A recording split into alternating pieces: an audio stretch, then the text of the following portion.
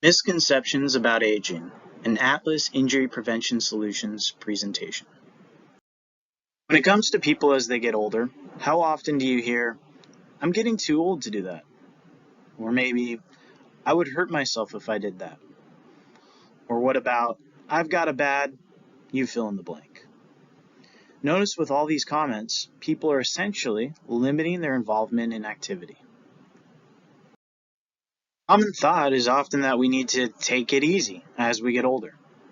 But what does the anatomy say about that? How about what does the research say about that? Should we really take it easy as we age? Doing a quick overview of anatomy as it pertains to age, it is undeniable to admit that the body changes and is not built to last for forever. From a muscular standpoint, changes occur at the fiber type, transitioning from fast, quick reactionary muscle to slower aerobic muscle type. There is also a structural change that occurs where fatty cells infiltrate muscle and replace that muscle tissue. Further, as we age, there is decreased motor units. These are the smallest functional units of skeletal muscle, and all of this ultimately leads to a loss in strength and power with age. Neurologically, muscle is contracted through nerves impulses from the brain. Over the course of time, these points of nerve contact points in the muscle can decrease, or another way of phrasing that is decreased innervation, while in other instances there is reinnervation that occurs at muscle. However, as we age, reinnervation slows, and this ultimately leads to worsening muscle control. Further, there is also a change neurologically in decreased efficiency of sensation as well as reflexes, and this can lead to worsening balance and coordination. As seen in the previous slide, sarcopenia was a word used to describe muscle change as we age. This is defined as the loss of muscle tissue during the natural aging process, which can be detrimental to elderly, affecting the quality of life. As seen in the diagram, there are numerous contributors to sarcopenia, and ultimately this can lead towards this more sedentary lifestyle. Also, as we age, bones lose thickness and density. This isn't helped by the gradual decline of cartilage protecting bones at the joint level and further puts it at risk for injury. Joints also lose water content with age, which further affects lubrication and can lead to stiffness. Mobility and strength can therefore also be compromised. Many hormones are also greatly affected by the aging process, but a few notable changes include a decrease in growth hormone production, affecting repair and recovery.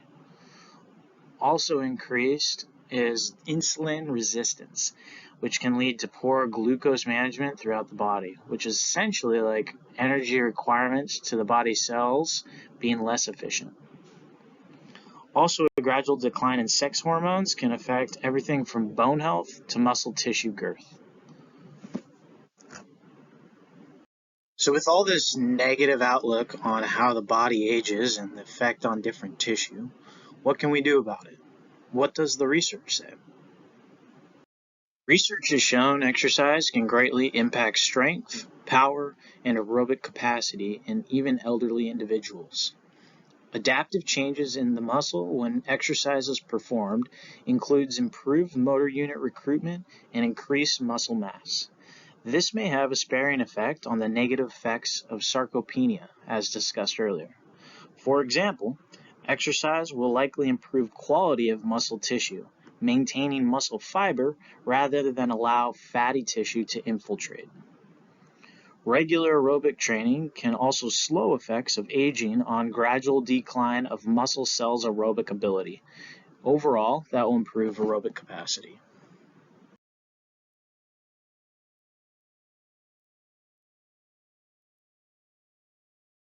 Bone and joint health further has shown to adapt to exercise loads, which can maintain mobility and control negative pathological changes with age, such as arthritis.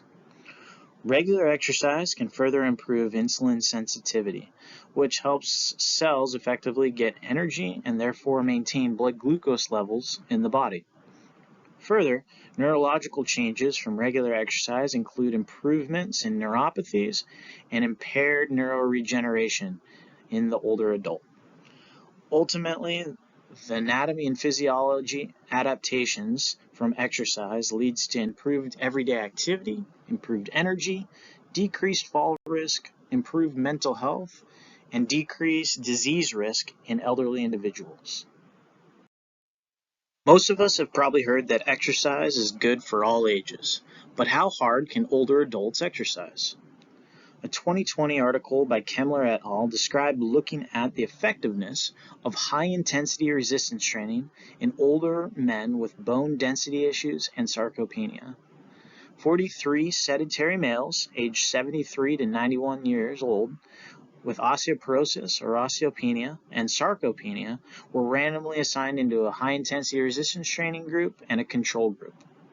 During this 12-month trial, the experimental group has suffered no injuries while performing high-intensity exercise. So specifically, high-intensity resistance training can be beneficial not only to counteract sarcopenia, but be safe to be performed in older adults. This article also showed that high-intensity resistance training in older adult males was both safe and could be beneficial for those with bone density issues. Another article by Watson et al. In 2015 described the effects of heavy resistance training in postmenopausal women with poor bone density. Of the 28 women over the age of 60 years old involved in the study, none sustained injury during an 8-month program.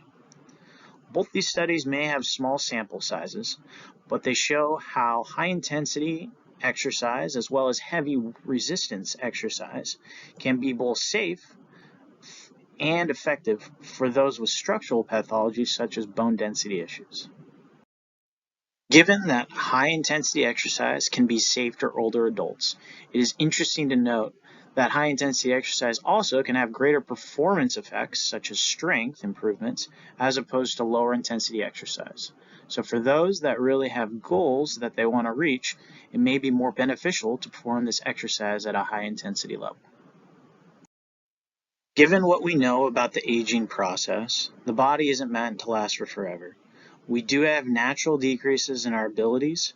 However, with careful consideration to anatomical changes, there is still reason to believe older adults can exercise hard. So how should we control for natural aging process with exercise? First, we got to start. Start slow, especially when beginning new exercise.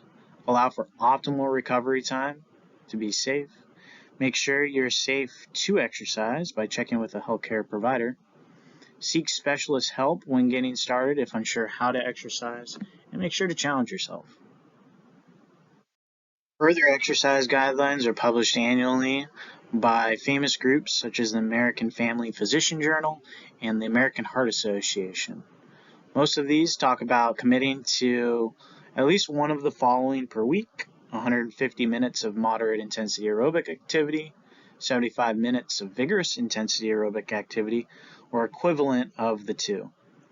Also, older adults should be engaged in strength training at least 2 days a week of major muscle groups.